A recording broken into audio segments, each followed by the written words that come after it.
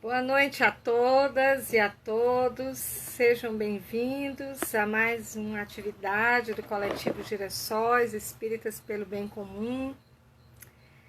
Nós estamos aqui para ter uma conversa bem interessante, as nossas conversas de quarta-feira, né? Quarta-feira a gente está deixando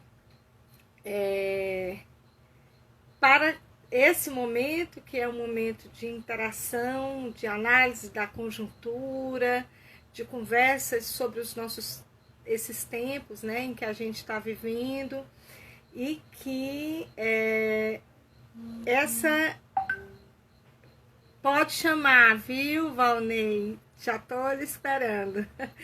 E aí hoje, nessa conversa bem afetiva e ao mesmo tempo ladeada aí de amigos queridos que já estão entrando aqui na nossa live, né? Eu já estou aguardando aqui o Valnei Fios, né? Ele que vai estar aqui na nossa conversa. E aí, Valnei, como a gente combinou, você me pede que eu lhe autorize. Eu quero lhe dizer que eu sou muito atrapalhada com essas coisas. Eu sempre tenho ajuda aqui da minha filha, que hoje eu não tenho. Então, manda brasa aí que eu te aceito, viu? Enquanto isso, eu vou explicando para quem está chegando que o Coletivo Girassóis Espíritas pelo Bem Comum é um coletivo espírita da cidade de Fortaleza que atua, né, resgatando aí os aspectos sociais do espiritismo, construindo uma proposta elencada com os princípios basilares, né, espíritas, com sua visão progressista, e principalmente antenada com o nosso tempo. Né? Então, a nossa proposta de hoje ela é uma proposta de discutir o racismo estrutural e o caso George Floyd.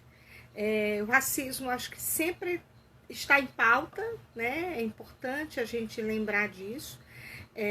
Essa é uma questão muito séria nos Estados Unidos, mas também no Brasil. Ela remonta, né, a nossa dimensão estrutural. Valnei, como é que eu faço para eu te aceitar? Tu estás aqui, mas tu tem que pedir para eu te aceitar, como a gente combinou. Eu queria que tu fizesse isso. Se eu não conseguir, eu juro que eu vou pedir ajuda aqui aos universitários. Mas eu queria que você entrasse no papo comigo, né?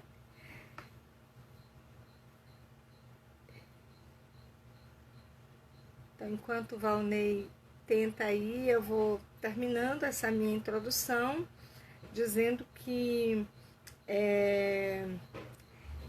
essa nossa proposta de análise de conjuntura, ela envolve esse tema, que é um tema muito importante, né? É um tema muito importante para os americanos, né? E que é um tema que chegou, que é um tema Olá, do nosso tema, Valnei, que esse é um tema que ainda precisa muito ser debatido, que a gente ainda tem muita dificuldade de lidar com ele, né? E que a nossa proposta é dialogar aqui sobre racismo estrutural, mas principalmente tentando pegar aí, a gente está quase um ano, né? Em maio, faz um ano, do assassinato de George Floyd, e nós temos o resultado do julgamento, mas nós temos muito ainda a conversar sobre isso, né? Eu queria primeiro te saudar, desejar boa noite, né? Saudar, agradecer por você ter aceito o nosso convite, dizer que o Coletivo Girassóis tem laços afetivos diretos e indiretos com você, por meio da sua família, né? Do seu tio, do seu pai, da sua família, do seu avô. Então, assim, tem laços afetivos. Eu queria te apresentar para as pessoas que não lhe conhecem, né? O Paulo, ele além de ser de ter, né, essa vinculação conosco, que é essa vinculação afetiva. Ele é advogado na área criminal e civil, ele colabora com a Defensoria Pública do Paraná, ele é do Movimento Negro Unificado, do Coletivo Enegrecer, ele tem uma caminhada como militante nessa área, que é a área do movimento negro, e tem uma história familiar, que é uma história de vinculação política, da luta pelos direitos, né? Pelos direitos humanos, pelos direitos políticos, e hoje estar aqui, né, nessa conversa é um prazer muito grande para mim. E eu queria primeiro te perguntar, né, o que é que o caso George Floyd diz para nós brasileiros, e o que diz para os americanos, o que isso representa nessa conjuntura em que a gente vive hoje, tanto para nós no Brasil como para o povo americano. Uhum. Primeiramente, eu gostaria de agradecer, cumprimentá-la, Lídia, cumprimentar você em nome do Coletivo Girassóis, agradecer a oportunidade de estar conversando aqui um pouco. Eu acho que esses assuntos, eles são latentes, eles são necessários e todo e qualquer espaço precisa ser ocupado. E quanto ao George Floyd, eu não sei se a mensagem que eu venho trazer aqui é das melhores, porque eu costumo dizer nos últimos tempos que eu virei quase que um mensageiro do apocalipse, porque tá difícil a gente se contentar com as respostas dadas, principalmente na via institucional. Vou começar a falar um pouco sobre o povo americano, porque vai ficar um pouco claro como que a situação se colocou lá e como que está hoje nos Estados Unidos e o que essa condenação do Derek Chauvin, é bom a gente falar o nome do agressor, porque Sim. essas pessoas têm que ser lembradas. Depois que o George Floyd morreu, desde o ano passado, mais de 10 mil pessoas foram presas em protestos nos Estados Unidos. Então, assim, eu não sei até que ponto a condenação de um sujeito branco, braço coercitivo do Estado, numa situação de racismo estrutural escancarada, é uma resposta positiva para o povo negro estadunidense. Porque 10 mil pessoas e os casos de morte por policiais lá continuaram ocorrendo. A sorte ou o azar do fato de George Floyd é que viralizou graças à internet e graças à pressão mundial em cima daquele caso. Porque, vou dar um outro exemplo, né? Esse mês, no dia 11 de abril, morreu mais um garoto negro nas mãos de uma policial lá nos Estados Unidos, o Daunte Wright, o nome da policial, deixa eu ver, eu coloquei o nome dela aqui, Kim Potter. Ela alegou que ela confundiu o teaser, que é um instrumento que os policiais usam, ele dispara uma carga elétrica na pessoa para paralisá-la. Ela alegou que ela confundiu o teaser dela com um revólver e disparou várias vezes nele. Assim,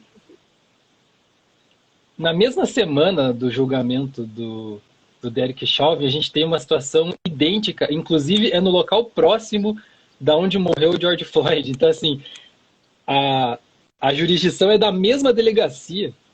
Não teve uma resposta institucional estrutural desde aquela época. A resposta hoje é política, mas não é a resposta que a gente quer. Inclusive, o Barack Obama, né, o casal Obama, se pronunciou depois do julgamento do Derek Chauvin, e eles falaram: a justiça real, eu até coloquei aqui, a verdadeira justiça envolve muito mais do que uma sentença. Tudo bem que o Obama não foi o melhor dos presidentes para a população negra, tanto é que ele conseguiu perder para o Trump numa vergonheira de uma eleição, né? Não conseguiu fazer o sucessor dele, porque, querendo ou não, ele também não fez nada de mudança estrutural para proteger a população negra, para pelo menos fortalecer a população negra. Começando que o problema não é só acabar com a polícia, a gente entende que muitas das discussões envolvem também uma questão econômica, de desigualdade social. Você precisa favorecer, você precisa fortalecer essas pessoas marginalizadas, elas precisam aparecer mais no setor público, elas precisam ocupar mais o espaço público. E uma coisa que acontece muito lá é que o movimento negro nos Estados Unidos, ele é muito forte. Quando acontecem esses fatos, eles vão para a rua. Tanto que esse caso do Don't Right, acho que os protestos foram acabar esses dias, né? Eles passaram 2 semanas aí protestando e colocando fogo na cidade inteira de Minneapolis. Aquela delegacia ficou cercada durante dias. Centenas de milhares de pessoas indo para a rua. Então, a resposta institucional nesse caso, não sei se vale muito, porque a realidade, né, a gente está aqui falando sobre racismo estrutural.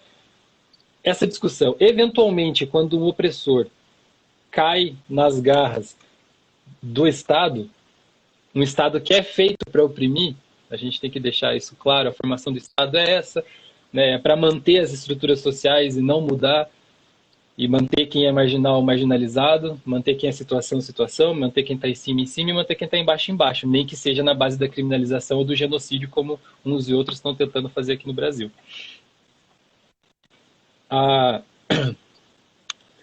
Eventualmente, a eventual condenação de um opressor pelo próprio sistema que oprime não pode ser vista como uma mensagem boa para ninguém. Porque ele simplesmente amortiza o mal que ele mesmo causa estruturalmente, porque a gente está falando de uma situação sistêmica, e situações sistêmicas não são resolvidas com uma sentença, elas são resolvidas com política pública, com educação, com saúde, com saneamento básico. Eu vou dar outro exemplo de como essa sentença do Derek Chauvin não está ajudando muito a população negra nos Estados Unidos. Ano passado, o Trump perdeu a eleição e o estado-chave da eleição foi o estado da Geórgia.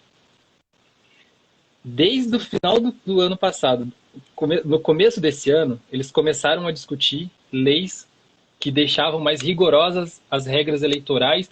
Só que essas leis, na prática, elas dificultam que pessoas marginalizadas exerçam o seu poder ao voto, que nos Estados Unidos já é quase que ridiculamente exercido. Vou dar um exemplo aqui de algumas coisas, né? Algumas mudanças que a lei colocou nas regras eleitorais lá da Geórgia. Obrigação de identidade com foto na cédula, porque eles alteraram a lei do voto pelo correio. Lembrando que o voto pelo correio nos Estados Unidos não foi uma inovação da eleição de 2020, ele sempre existiu lá, há décadas ele existe lá, só que ano passado ficou mais evidente porque as pessoas precisavam, para evitar aglomeração, eles podiam votar pelo correio e isso aumentou e ganhou visibilidade na mídia internacional. Obrigação de identidade com foto na cédula. A gente está falando de pessoas que estão dentro do sistema para você ter uma identidade com foto, para você ter segunda via, terceira via. Lembrando que burocracia é muito caro. Se aqui no Brasil é caro, imagine lá nos Estados Unidos. O prazo para envio do voto foi encurtado na Geórgia. Eles reduziram os locais de depósito das cédulas de votação pelos correios. Então, imagine. Vou dar um exemplo aqui de Curitiba, não sei se as pessoas conhecem a realidade aqui de Curitiba, mas acredito que a realidade de várias capitais é a mesma, salvo São Paulo, que as pessoas conseguem conviver com os desvalidos dentro do centro de São Paulo. Aqui em Curitiba, na cidade modelo, isso não acontece, então eles mantêm os pretos e os pobres longe da região central. Mantendo as pessoas longe da região central, imagine, dançar num estado.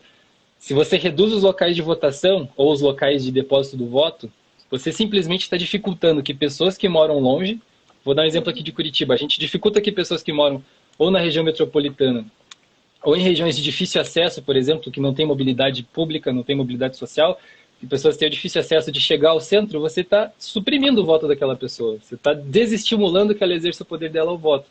Na prática, é isso. Mais uma mudança feita na lei da Geórgia, que inclusive foi aprovado esse projeto de lei lá, porque o parlamento da Geórgia, ele é inteiro republicano e o governador de lá também é republicano. E o Trump perdeu naquele estado. A última mudança que me chamou a atenção foi a proibição de fornecimento de água e comida para as pessoas que estiverem na fila esperando o depósito para votação. É como se fosse dificultando o limiar de acesso das pessoas que estão à margem e que estão vivendo processos de exclusão, ainda mais no exercício da cidadania pelo voto, né? Exato. Isso é uma resposta institucional que, para mim, tem muito mais efeito prático do que a condenação do Derek Chauvin. Porque o tanto de gente que vai estar impedido de votar, dizer seu voto, lembrando que ano passado a comunidade negra realmente se mobilizou para ir votar. E o que eles estão fazendo aqui é dificultar cada vez mais. E com certeza, se isso aqui for para frente, em outros estados vai acontecer a mesma coisa, principalmente em estados onde os republicanos ganharam. Porque é assim que o Estado funciona, né? A briga política é desse jeito. Você tem que usar a máquina pública a seu favor, né? A regra, eu estou falando aqui da realidade, não do ideal, né? Não do dever ser. Inclusive, a comunidade negra lá nos Estados Unidos está chamando essa lei de Jim Crow. Jim Crow é um personagem icônico lá dos Estados Unidos que representava o racismo dentro da cultura audiovisual, do teatro, etc., que é um personagem que estereotipa a comunidade negra, que marginaliza, que animaliza a pessoa da negritude, e é mais ou menos o que, na prática, o Estado americano está tentando fazer hoje com as comunidades marginalizadas. Sobre as pessoas presas, o caso do Daunte Wright, foram 100 pessoas presas em um dia de protesto. Por uma morte que foi reconhecida pela policial, que inclusive está solta agora porque ela conseguiu pagar uma fiança de $100 mil e foi solta.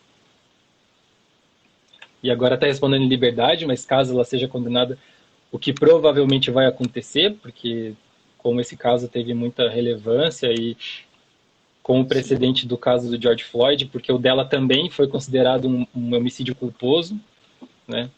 No caso do Derek, você fica 9 minutos com o joelho no pescoço de uma pessoa, imagina que essa pessoa poderia morrer, né? Não passou pela cabeça do policial. Por quê? Porque ele é treinado para isso. A gente paga ele para ele oprimir a gente, é assim que funciona.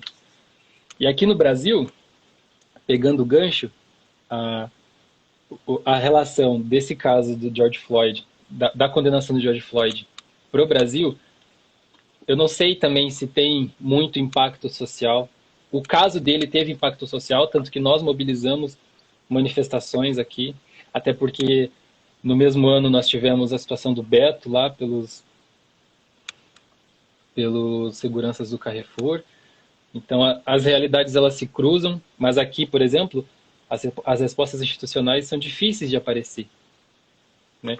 Porque o próprio Estado cuida de que isso não aconteça. Por exemplo, aqui no Brasil, quem julga um policial militar é a justiça militar hoje, não é a justiça comum. Então, eles cada vez se protegem mais a estrutura e o modus operandi deles. Nada é gritante, nada é explícito, mas a gente está falando de algo que é estrutural, que é histórico, né? Sim. Se a gente for pensar na formação da figura do que é a polícia, a gente pode ir lá para os feudos, na época que eles pegavam aquelas pequenas milícias para proteger os feudos e oprimir na época da servidão, né, ir lá pegar imposto das pessoas, etc. Para quem está chocado com o funcionamento das milícias hoje lá no Rio de Janeiro, tem que entender que o modus operandi está em mais de século aí, muito mais de século. Tem uma base, né? E tem uma base aqui no Brasil muito forte com o Capitão do Mato, com as figuras que eram aquelas que agiam, né, de forma a proteger aí a estrutura, né? Por isso que eu queria, sabe, Valnei, trazer aqui para essa questão, aqui já voltando para o Brasil, porque nos Estados Unidos você tem um apartheid, você tinha o Estado ali impedindo, né? E você tinha um racismo que era um racismo de Estado. No Brasil, essa configuração é diferenciada porque nós vivemos, em 1888, a abolição dos escravos, e nessa abolição nós percebemos que uma série de medidas, inclusive medidas jurídicas, né? Isto é, leis que impediam aí o acesso dos negros à cidadania, a uma igualdade que seria uma igualdade plena, né? A gente pode pensar a lei da vadiagem, a lei que penalizava a capoeira, né? A lei, a lei de terras, enfim, uma série de mecanismos que são mecanismos institucionais e que às vezes a gente não revisa isso, né? Quando a gente pensa na estrutura. Porque aí eu penso que as pessoas no Brasil, quero que você fale sobre isso, elas vão imaginar o racismo como uma questão de discriminação, e não de estrutura, né? Então, assim, como é que a gente discute, como é que a gente traz esse conceito de racismo estrutural para a realidade brasileira? E o que ela tem de semelhante e o que ela tem de diferente nos Estados Unidos? Sobre essa questão, acho que você tocou num ponto muito importante, porque aqui no Brasil a gente tem uma tendência muito grande em levar para a subjetividade todo e qualquer distúrbio social. A gente não enxerga as coisas no coletivo, a gente não enxerga as coisas do ponto de vista estrutural, muito menos sistêmico ou histórico.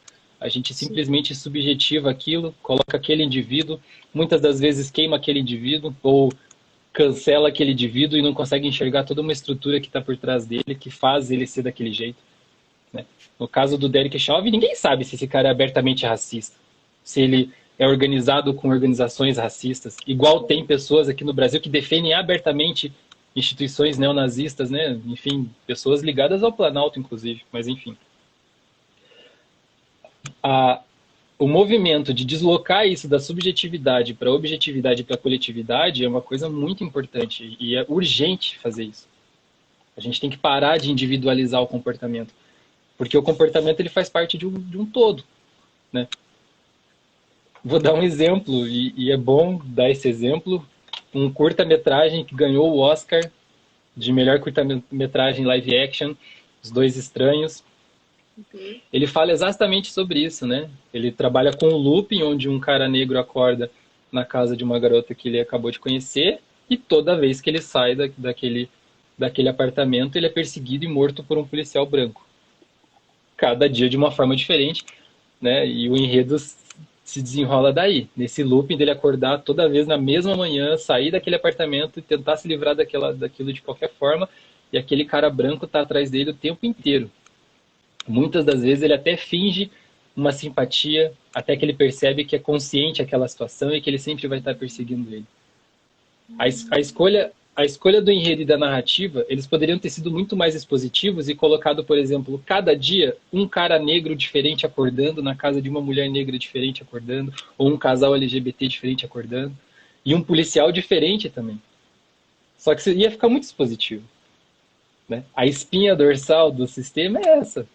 Na hora que ele está desesperado, ele acorda mais de 100 vezes e morre para o mesmo policial mais 100 vezes, a mensagem é de que eu, os meus, né? O Amarildo, a Marielle, os meninos que desapareceram no final do ano passado e até hoje não se sabe, em Belfort Roxo. E esse tipo de fato, por exemplo, não gera comoção no Brasil, né? O caveirão subindo o morro e descendo toda semana com o corpo não gera comoção nesse país. Sim. A gente, assim, como brasileiro, e a gente tem que se responsabilizar como brasileiro também. A gente tem uma questão social muito delicada e muito difícil de lidar e de desconstruir. Tudo bem que a gente está num momento de pandemia, tem que ter todo um cuidado, mas aquela questão da revolta, acho que está faltando um pouco as pessoas se revoltarem com a realidade e perceber que isso é revoltante, porque se a gente não se revolta, a gente está dando um sinal de que tá tudo bem, talvez. A gente normaliza a violência aqui de um jeito muito natural. A real é essa, a gente naturaliza a violência.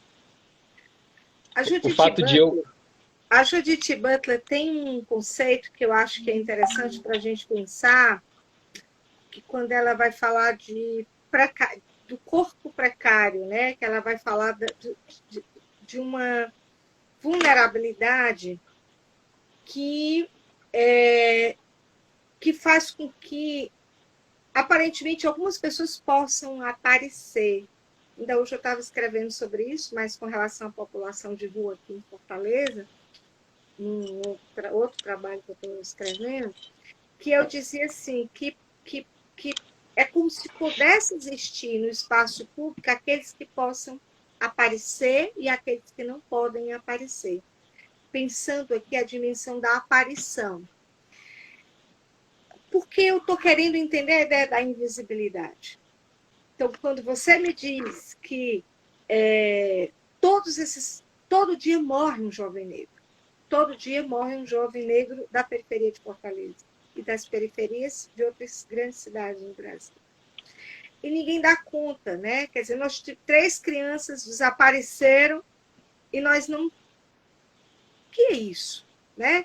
Então, porque são invisíveis, né? Pensando aí a partir de Judith Butler, isso é, eles são invisíveis porque são os corpos, que são corpos inutilizados para o sistema, né? Quer dizer, são descartados para o sistema.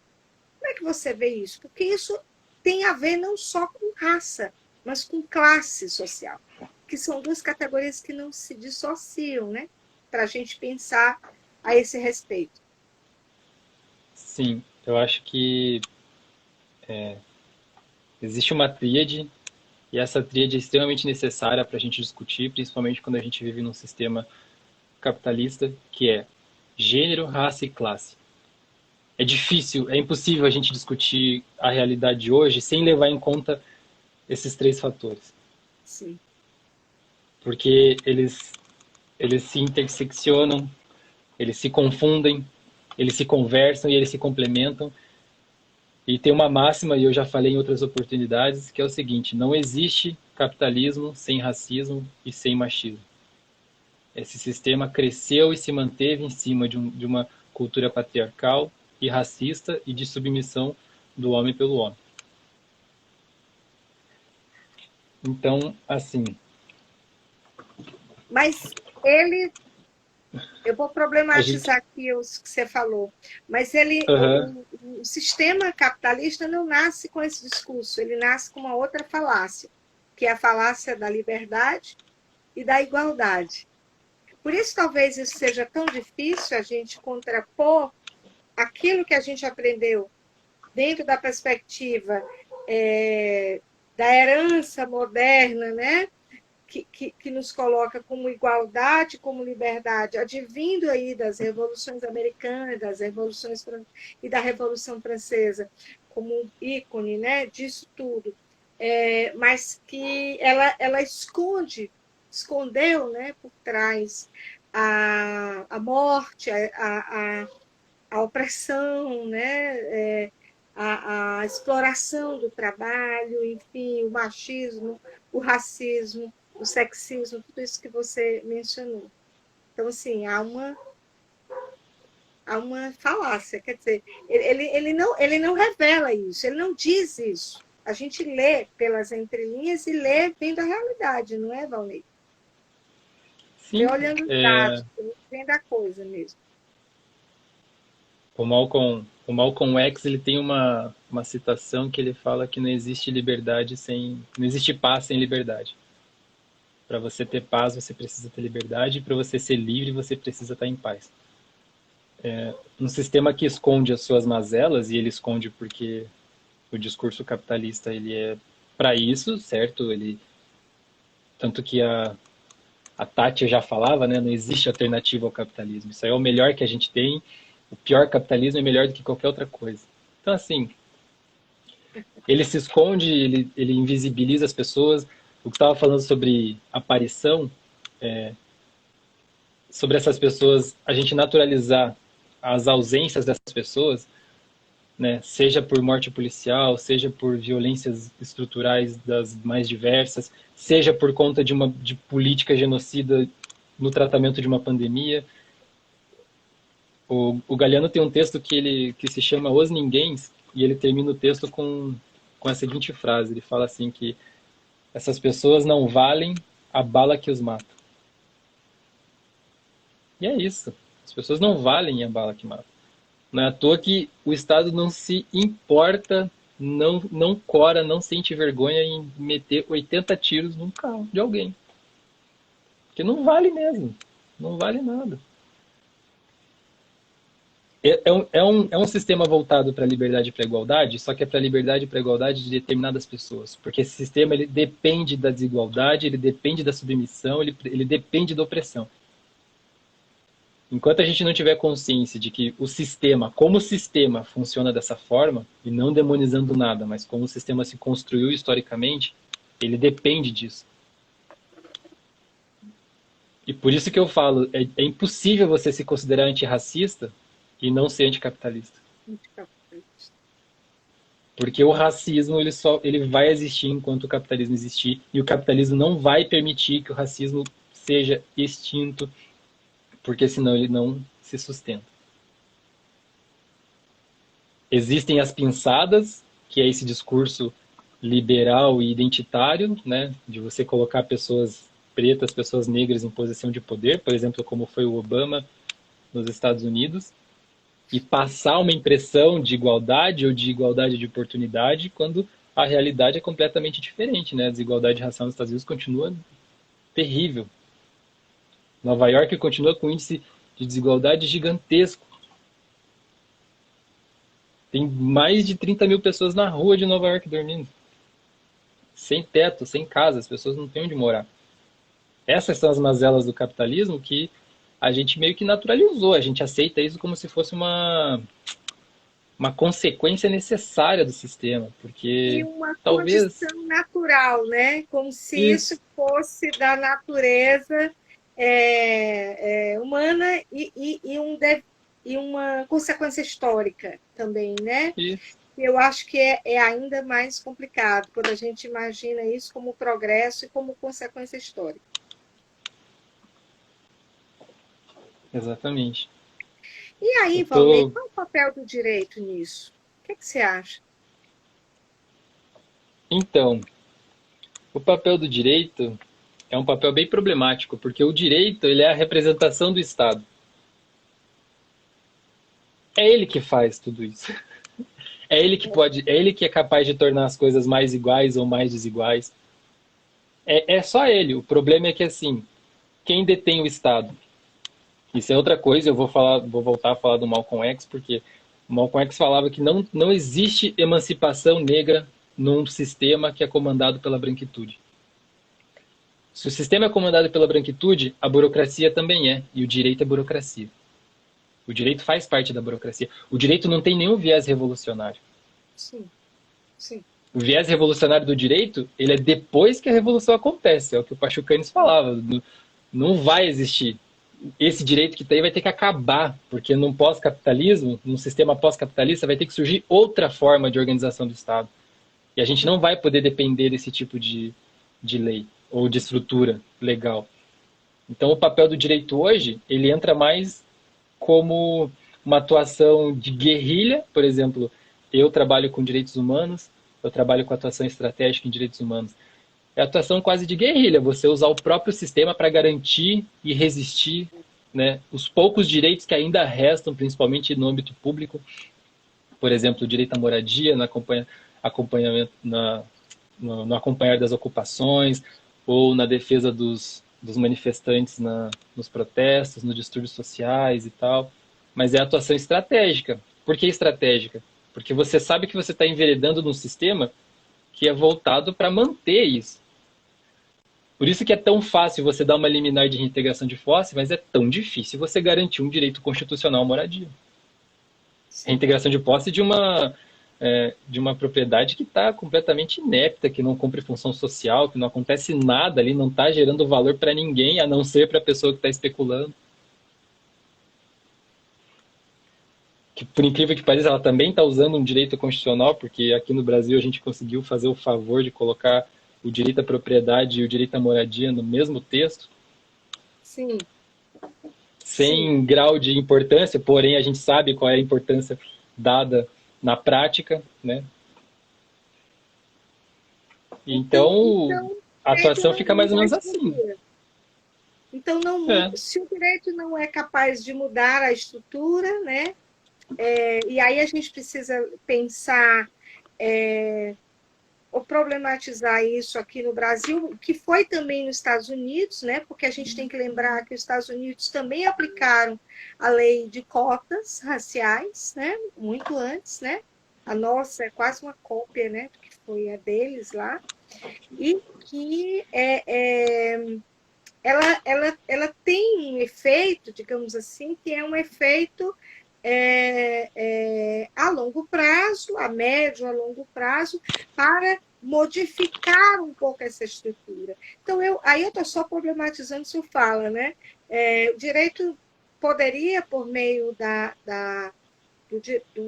lei de cotas, por exemplo, criar brechas, né, nessa estrutura para que ela possa, mesmo sem a destruição do sistema, possa modificá-lo, encontrar saídas, né, para que o povo negro consiga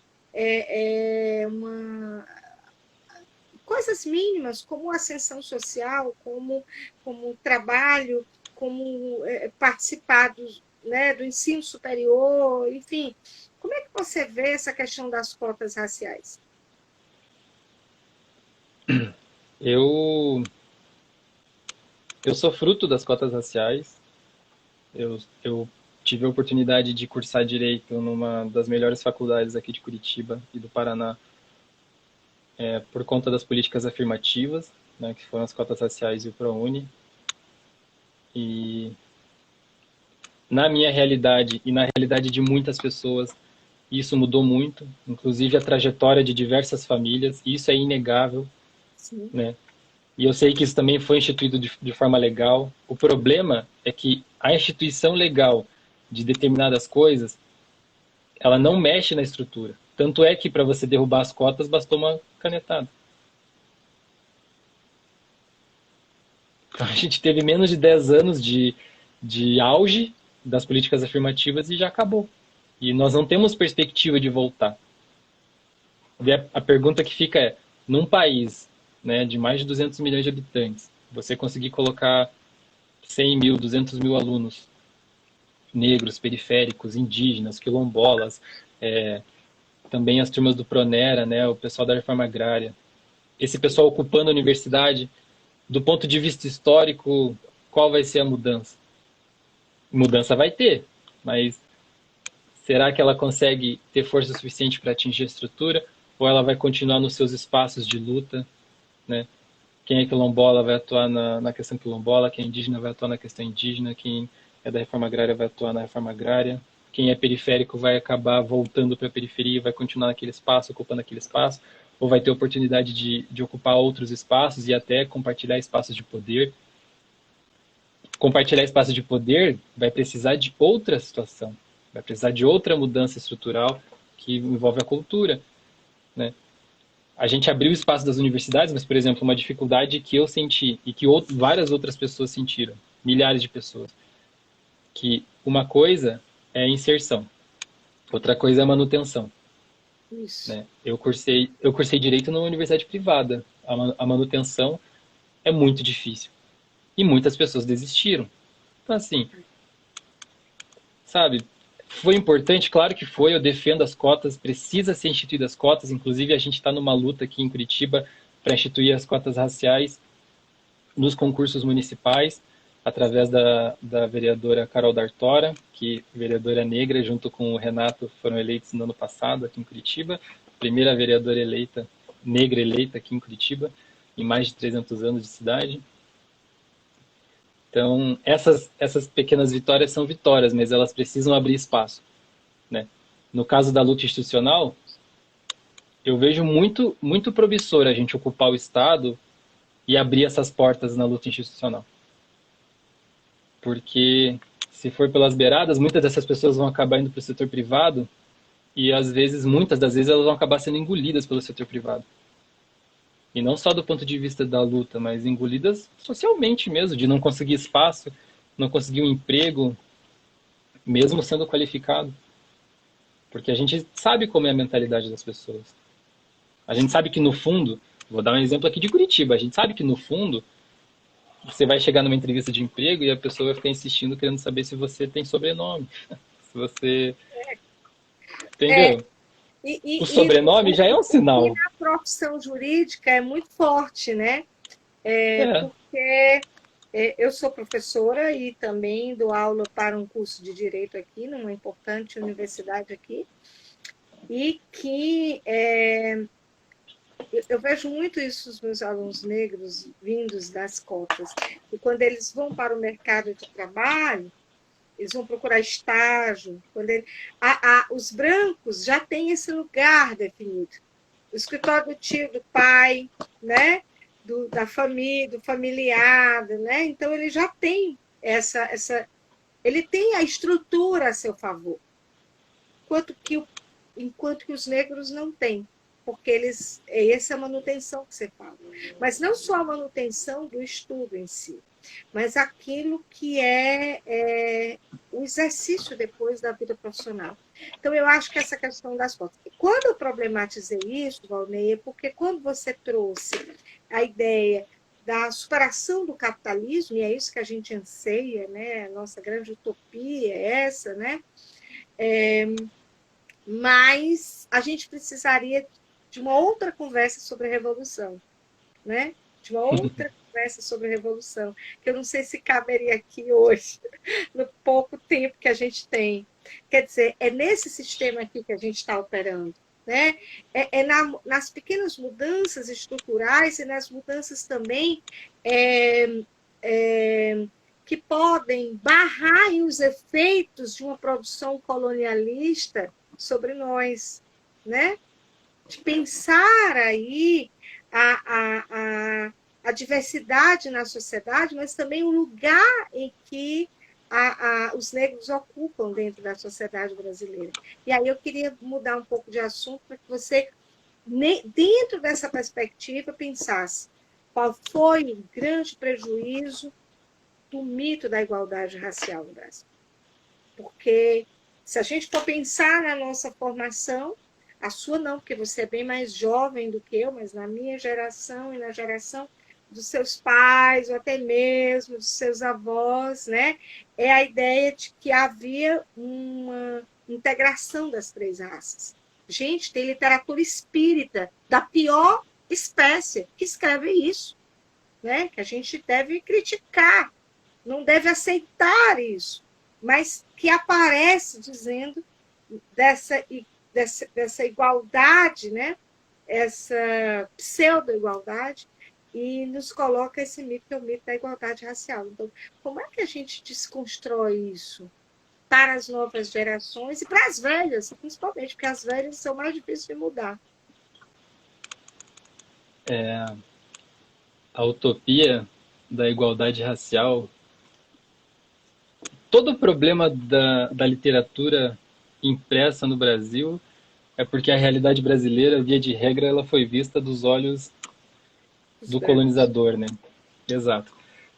E não só dos colonizadores, mas também dos colonizados com síndrome de colonizador, né? Que também tem um monte, e esse tipo de discurso ele é reproduzido ano após ano, fato após fato, e sempre foi assim. O mito da igualdade racial, o grande prejuízo foi justamente a gente naturalizar o status social e a sectarização social.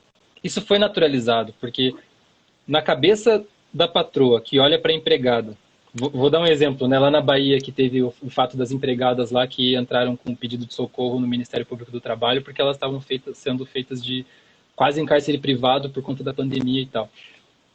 Se você for perguntar para a patroa ou para o patrão delas, existe uma chance muito grande deles acharem que eles não estavam violando nenhum direito delas, eles não estavam violentando aqueles corpos, privando da liberdade, do acesso à família, etc. Porque para eles elas são da família. Eles naturalizaram já, mas eles naturalizaram. A natureza é essa. A naturalização é essa. Você acha que é igual, mas é igual enquanto a pessoa estiver naquele local pré-estabelecido onde ela tem que estar. Porque na hora que ela sair daquele local, vai gerar um distúrbio. Vai gerar um distúrbio na cabeça de quem carrega essa utopia histórica. É assim que funciona. É por isso que as pessoas têm muita dificuldade, por exemplo, de aceitar pessoas negras em posição de poder, ou de aceitar a resposta negra. Aí elas estereotipam, elas têm cargas históricas, daí começa a vilanizar, né? A violentar a imagem daquela pessoa. Vou dar um exemplo do Beto. O cara foi espancado e morto por 2 seguranças e mesmo assim tinha gente distribuindo um discurso à torta e à direita porque ele resistiu de que ele era violento e não sei o quê, de já puxar a ficha criminal do cara. Tudo justifica. Por quê? Porque se ele tivesse só baixado a cabeça e ficado na dele, nada daquilo teria acontecido. Entendeu? A mesma coisa que se eu olho para um policial, eu estou numa abordagem policial, se eu olho, encaro ele e falo assim, o que você está fazendo é errado e eu sei os meus direitos. A chance de eu apanhar, de eu ser torturado, de eu ser preso por qualquer motivo é muito grande. E com certeza, no caminho da delegacia, ou depois na imprensa, ou depois em casa, alguém vai chegar para mim e falar assim, você só precisava ter abaixado a cabeça e ficado quieto.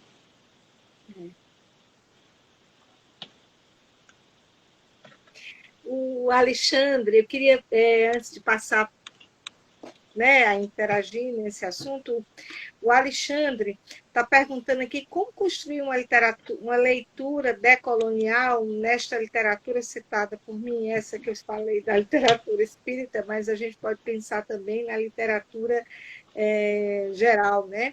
E aproveitando para saudar a todos que estão aqui nos assistindo, a Alane, o Ebert, todos que passaram aqui, eu queria dizer que eu fico com medo de tocar na tela do celular para ver os nomes, com medo que uma vez eu fui fazer isso, e eu apaguei a live sem querer.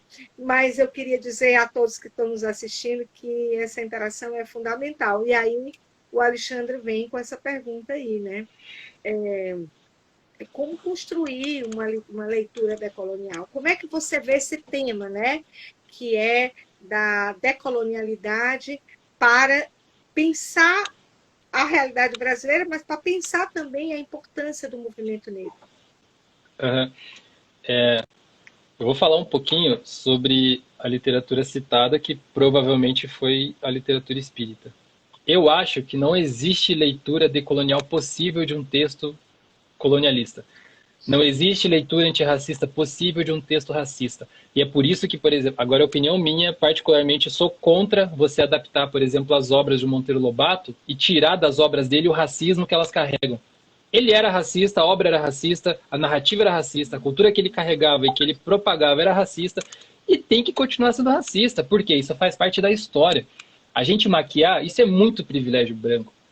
E é só eles que conseguem fazer isso, porque a gente está em 2021 brigando pela biografia do Zumbi dos Palmares, porque tem gente que fica destruindo a biografia desse cara, entendeu? Desse ícone do movimento negro nacional, esse exemplo de luta e resistência dos povos oprimidos aqui no Brasil. A gente está discutindo a narrativa do Zumbi até hoje, mas eles conseguem, num movimento, né, com todo um apoio midiático e cultural, apagar o racismo de um cara que era abertamente racista, carregava em si um discurso racista, racista e eugenista, exatamente. E você vai apagar isso da história, então daqui 100 anos, quando alguém pegar uma edição de 2022, 2025, 2030 do Monteiro Lobato, não vai enxergar no Monteiro Lobato um escritor que carregou, que durante um século, ou mais de um século, ele favoreceu, ele fortaleceu um discurso racista no Brasil e eugenista. Eu acho que isso é apagar a história, isso é você destruir todo o processo de desconstrução que a gente coloca desse tipo de figura, né? E não é só ele não é o único, né? Vários grandes nomes da nossa literatura carregam esse viés racista, e isso precisa ser dito, isso precisa ser escancarado, isso precisa ser explicado e deixado lá, na história. Né? Essa literatura é simples. Vamos fazer outra literatura, vamos fazer uma nova literatura espírita decolonial. Entendeu? Deixa... Por que não bota as pessoas pretas para escreverem literatura espírita? Eu não vejo pessoas pretas na literatura espírita. Quem sabe, né, dar esse espaço para as pessoas para escrever uma nova história ou dar um novo ponto de vista, né? Um novo viés, e o viés provavelmente vai ser esse, viés decolonial. Porque para nós espíritas, eu não sei qual é a sua afinidade, né, com o espiritismo. Eu sei que você vem de uma família espírita, seus pais, né, seu avô, seu tio, mas que para nós espíritas, a gente precisa talvez ir aprendendo de que nós podemos dar continuidade, né, que nós podemos reescrever, não é reescrever. Está escrito, eu achei muito bacana o que você disse. Eu vou guardar isso para mim, que estou escrevendo agora um texto, que é um texto de discussão hermenêutica do que foi aquilo e dar algumas contribuições do que foi aquilo de algumas obras espíritas, né? E o modo como é preciso criar uma contribuição decolonial. E essa contribuição só vem com isso exatamente que você falou. À medida em que a gente abre espaço para que as pessoas escrevam, para que novas pessoas escrevam, para que os negros escrevam, para que os indígenas escrevam, para que as mulheres escrevam e passem a ter um protagonismo. Porque o que a gente não pode mais aceitar é a cumplicidade no racismo estrutural, vindo do movimento espírita. Né? Então, por exemplo, essa é a nossa proposta. Eu vi que o Sérgio está aqui, seja bem-vindo, pessoal do Sérgio. É essa a proposta que a gente faz. O Alexandre, que é do Ágora também, que é outro coletivo espírita, quer dizer, é essa a nossa atuação. Ela é uma atuação política, eminentemente, porque a gente quebra com um ciclo que é um ciclo de reprodução de uma série de mazelas, né, que estão presentes na história do Brasil, nas religiões de modo geral, e que está de forma muito forte também dentro do movimento espírita. Então, assim, é preciso, às vezes, coragem para fazer isso, né? E aí, é isso. E a participação de pessoas jovens, como você, Valnei, e outros, é fundamental. Como a Aline, com ela ontem, uma mulher negra lá de Pernambuco, que eu achei ela incrível e que também é militante do movimento negro e tal, e também participando do coletivo. Então, e aí com uma cara nova, né? Mas também com um paradigma novo, tentando dar reescrever, não, escrever um novo capítulo dessa história. Né? Exatamente. E aí eu estou muito Impossível não é. esperançosa. O que você disse? Impossível não é. Não, não é impossível. Mas aí isso requer coragem e o nosso próprio protagonista, né? Então a gente já chega assim perto do final, né, do nosso encontro, que poderia render esse papo, poderia render horas.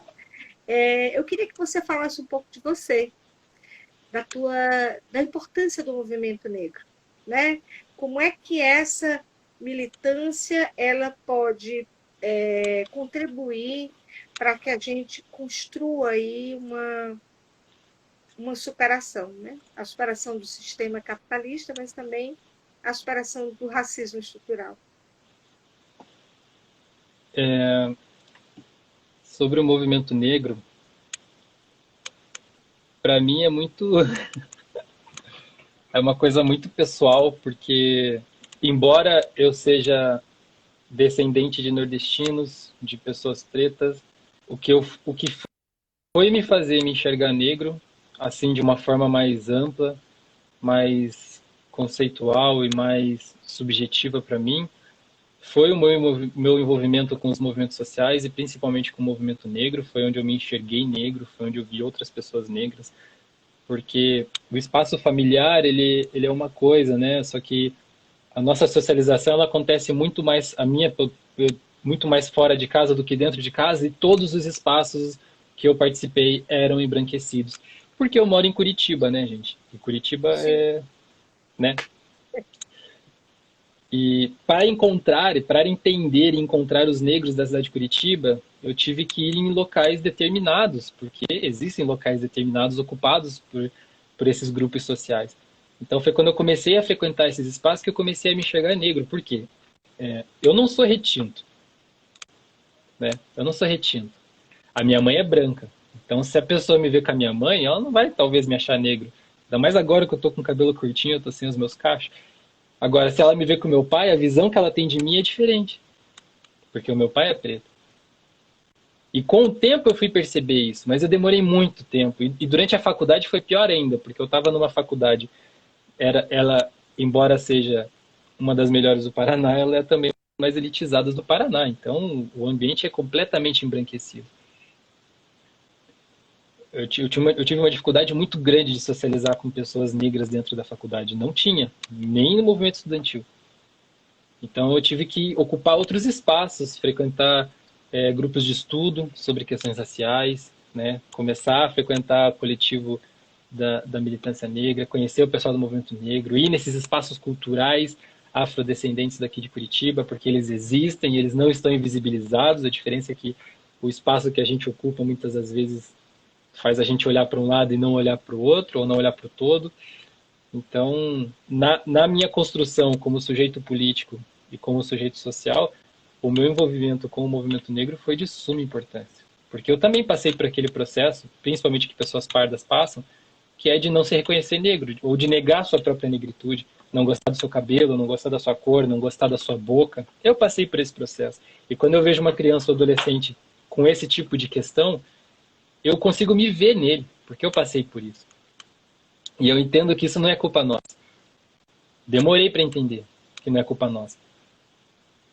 Então a minha função hoje é tentar explicar para essa criança, para esse adolescente, que também não é culpa dele, ou para a pessoa adulta, entender que existe alguém que é culpado. Existe alguém que ensinou a gente a não gostar do nosso cabelo. Existe alguém que ensinou a gente a não gostar da nossa boca, do tamanho do nosso lábio, da grossura do nosso nariz, da cor da nossa pele. Existe alguém. E não alguém na personificação de uma pessoa, mas alguém como um sujeito social, coletivo, né, uma estrutura que recai sobre as nossas cabeças e faz com que a gente tenha esse tipo de ideia sobre nós mesmos, sobre os nossos, e cria dificuldade da gente enxergar os nossos. Então, para mim, a minha relação com o movimento negro colaborou muito com a minha vida, na minha formação política e pessoal. E sobre a superação do racismo, eu acho importante que pessoas negras se organizem. Eu acho de suma importância que pessoas negras se organizem, porque isso acontece nesses espaços, é experiência própria, isso vai acontecer. Né? Esse processo de reconhecimento e de autoconhecimento vai acontecer, isso é inevitável. E a gente precisa se autoconhecer, a gente precisa se reconhecer e se gostar e se amar, porque é assim que funciona. Porque é isso que fortalece, ainda mais quando a gente vê outras pessoas com o mesmo sentimento, isso fica muito mais forte. Né? E daí, a partir daí, você se sente muito mais preparado para brigar pelos espaços, brigar pela narrativa que for, brigar pela luta que for e levantar as bandeiras. Né? Isso falando das pessoas negras. Eu acho importante que a gente se organize. E as pessoas brancas, eu acho que elas precisam colaborar nesse processo também. Principalmente as pessoas brancas que trabalham no alto da sua coerência e se consideram antirracistas. Precisa se aproximar. Precisa conhecer. Inclusive, determinados privilégios, né? Que tem determinados privilégios. Eu passei por um fato no final do ano passado, que eu fui comprar num determinado mercado aqui de Curitiba, e eu fui com uma amiga que ela é branca, e eu fui comprar mantimentos para a gente fazer a ceia do final do ano. E na hora de passar no caixa, era aqueles caixas modernos onde não tem um caixa para te ajudar. Você faz tudo, você pesa as coisas, você seleciona. E era um mercado que tinha essa tecnologia e eu não tinha conhecimento disso. Nunca fiz isso. Os mercados aqui perto de casa funcionam da forma antiga ainda, tem uma pessoa para te ajudar. E lá não tinha, só tinha uma pessoa. E essa pessoa me viu tendo muita dificuldade com o peso das coisas, eu precisava correr na balança. Ela olhou para mim e perguntou se eu era motorista de aplicativo. Eu estava com uma pessoa branca do meu lado, grudada em mim, e ela perguntou se eu era motorista de aplicativo. E eu falei para ela, não, eu não sou. Aí ela ignorou a minha resposta e começou a me dar ordens, como se eu fosse, tipo, motoboy do aplicativo. E na hora eu estava tentando saber o que fazer, por quê? Já tinha rolado tudo aquilo com o Beto, já me veio um monte de imagem na cabeça que eu não queria arrumar confusão no mercado. Só que eu sabia o que ela estava fazendo. E eu precisava deixar claro que eu sabia o que ela estava fazendo. E foi o que eu fiz. E daí nisso ela foi lá, chamou segurança e a tensão começou a aumentar. Nessa hora eu olhei para a pessoa que estava do meu lado e eu só queria ir embora daquele mercado. Então, nessa hora eu só tentei fazer tudo rápido, peguei minhas coisas e a gente foi embora. Na hora que a gente chegou no carro eu desabei e chorar, porque me veio tanta imagem na cabeça, me veio uma carga tão grande na cabeça que eu fiquei desesperado. Eu só queria ir embora daquele mercado. Porque já eram tantas horas da noite, não tinha tanta gente lá, eu estava sozinho com outra pessoa. E por que eu estou dando esse exemplo? Porque essa pessoa, que é branca, ela foi ignorada naquela situação de opressão. A pessoa simplesmente ignorou a presença dela do meu lado. Ela não chegou para ela e perguntou quem eu era, ou perguntou se ela estava comigo. Ela simplesmente ignorou. Sendo que a gente estava passando as mesmas compras. Né? Naquela posição, enxergar. Isso é o gancho, né, sobre reconhecimento de privilégio. Pessoas brancas, a chance de acontecer qualquer coisa com pessoas brancas é muito menor do que pode acontecer com uma pessoa negra.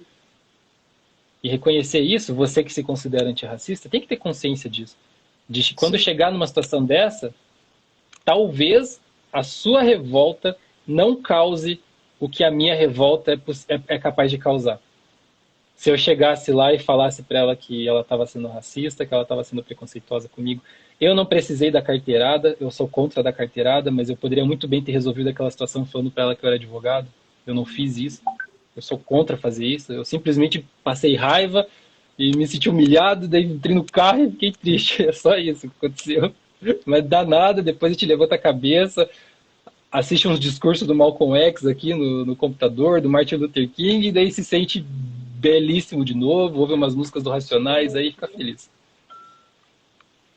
É verdade. Eu acho que esses são alguns caminhos importantes, que é de reconhecer, mas também de construir saídas coletivas, não é, Valnei? Por isso Sim, que o movimento negro tem essa relevância histórica para os nossos tempos atuais, né? Porque ele vem num momento em que a gente vive digamos, esse tensionamento necessário para que a própria sociedade saiba da existência, tirar aí desinvisibilizar, mas também entender da força e da potência que tem os negros, né? E aí eu acho que essa é talvez a importância do movimento, além de tensionar a sociedade, né? Mas todos nós somos convocados, né? exatamente. E assistam o documentário do Emicida. Pelo amor de Deus, assistam Amarelo, porque Amarelo é uma homenagem muito linda à história do povo negro nesse país. Embora a mensagem seja um pouco triste, porque a gente vive num país que não nos ama, e a gente precisa reconhecer isso. Somos maioria nesse país, e infelizmente esse país não ama a gente. A gente não é tratado como deveria, mas a gente vai chegar lá, nem que seja com os dois pés na porta. Bom, eu queria agradecer muito, né, por esta conversa. Eu acho que tinha mais um monte de outra coisa para se falar, mas é assim, né? Como eu lhe disse, o nosso papo de quarta-feira é um papo que podia ser numa mesa de bar também, que podia ser num restaurante ou num banco de praça. Mas eu quero agradecer, porque eu acho que eu aprendi muita coisa, eu acho que quem estava por aqui também aprendeu muita coisa. Eu quero agradecer a todos que estiveram aqui, o Júnior, que eu não mencionei, a Lani. Diga lá. Só tem quase um merchan pessoal para fazer, que é o seguinte: eu tenho alguns projetos e entre eles é um projeto de criação de conteúdo sobre cinema e direitos humanos. Provavelmente vai acontecer aqui no Instagram e eu estou tentando ver se eu faço no Instagram e no YouTube. Então, quem tiver interessado e tiver paciência de esperar, porque é um projeto solo, eu não tenho equipe para fazer isso, mas vai acontecer, porque eu estudo cinema desde a época que eu me formei, já fazem 5 anos aí. Então, quem, quem viver verá, quem quiser um pouquinho mais sobre audiovisual, sobre cinema, direitos humanos, e principalmente vindo com essa carga de movimentos sociais e também da questão racial, pode colar na grade aí, pode me seguir no Instagram. Provavelmente eu vou usar esse perfil, mas se eu for criar um outro perfil para esse projeto, eu vou avisar, mas vou avisar por esse perfil mesmo. E me procurem nas redes sociais, gente, é Valnei Fios também. Em todas as redes sociais é Valnei Fios. E fiquem à vontade, vamos trocar uma ideia e se juntar. Quem sabe a gente volta, Valnei, para conversar sobre a produção negra no audiovisual, né? E aí eu quero dizer aqui da Joyce, né? Maravilhosa, que é do coletivo Ágora, de Pernambuco. Gente, a gente precisa criar essas interconexões maravilhosas, né? E aí, dizer, né, da minha felicidade, dizer que a gente tem muita coisa para fazer, né? Tem muita coisa para fazer. E é muito bacana saber que tem você aí em Curitiba, que tem a Joyce lá no Pernambuco, que tem outros tantos aqui em Fortaleza, né? Então, eu acho que a gente precisa criar mesmo essas conexões e eu acho que tem quase uma convocação para o nosso tempo, sabe? Eu venho pensando muito nisso, na perspectiva mística disso mesmo, assim, de que Aham, assim, nós estamos sendo convocados.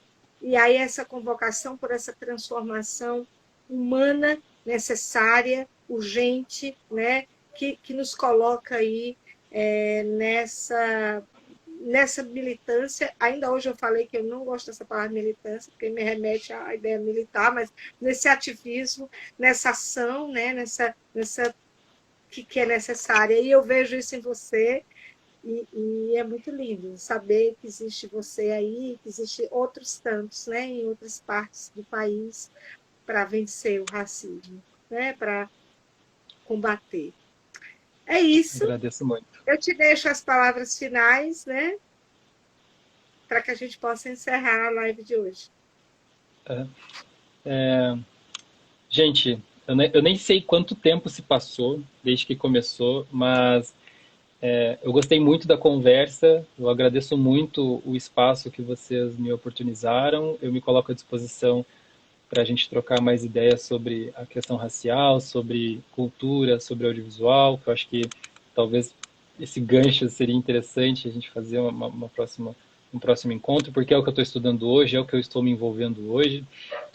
Então, fica o convite a todos, né, a quem quiser se aproximar e conhecer um pouco dos desdobramentos desse meu projeto pessoal, mas também fica a dica de que vocês busquem ler, conhecer a história desse país, conhecer a história do povo negro desse país, conhecer a resistência do povo negro desse país, porque é só o conhecimento que vai tirar a gente dessa, porque Painho falava uma coisa para mim que é a seguinte: você tem que estudar porque o conhecimento vai ser a única coisa que eles não vão tirar de você. Eles podem tirar tudo, eles podem tirar tua pele, eles podem tirar tua casa, eles É, podem tirar teu dinheiro, podem tirar tua liberdade, mas o seu conhecimento, aquilo que você entende, a sua sabedoria, eles jamais vão conseguir tirar de você. Então, gente, verdade. estudem, conheçam e, e principalmente se organizem, porque sem organização vai ficar difícil. É sério, hein? Vai ficar difícil. Se não organizar, vai ser difícil. Mas é isso, gente. A Obrigado por saída vem tudo. pelo Obrigado. coletivo. Eu agradeço Exatamente. muito. Eu queria encerrar com uma frase, aproveitando aqui que você tocou num assunto super bacana sobre as mulheres, né? E as mulheres negras.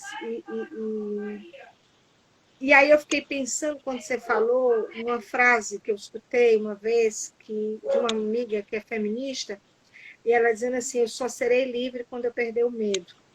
Porque nós mulheres, às vezes, temos muito medo, né? Os negros também. serem abordados, de ter uma abordagem truculenta da polícia, né? Então, acho que a gente pode encerrar dizendo que a gente precisa perder o medo, porque nós vamos andar em bando, né? Exatamente. E aí, quando a gente anda junto, anda em bando, a gente é capaz de perder esse medo. É a única forma. Eu aprendi isso com as mulheres, né? Então, eu só ando em bando com as mulheres. E aí eu acho que o movimento negro também, os negros também, quando se colocam em movimento, estão em bando. E se estão em bando, vão perdendo o medo. Se a gente perde o medo, a gente pode ser livre, né? É Exatamente. É isso, isso aí. Valnei, obrigada. Obrigada a todos, pessoal. Boa noite. Fiquem em paz e até a próxima quarta-feira, que não serei eu, mas que a gente já marca aí na agenda o encontro de quarta, né, para a gente falar sobre conjuntura. Até lá, pessoal. Valeu, gente. Tchau, tchau. Tchau, Valnei.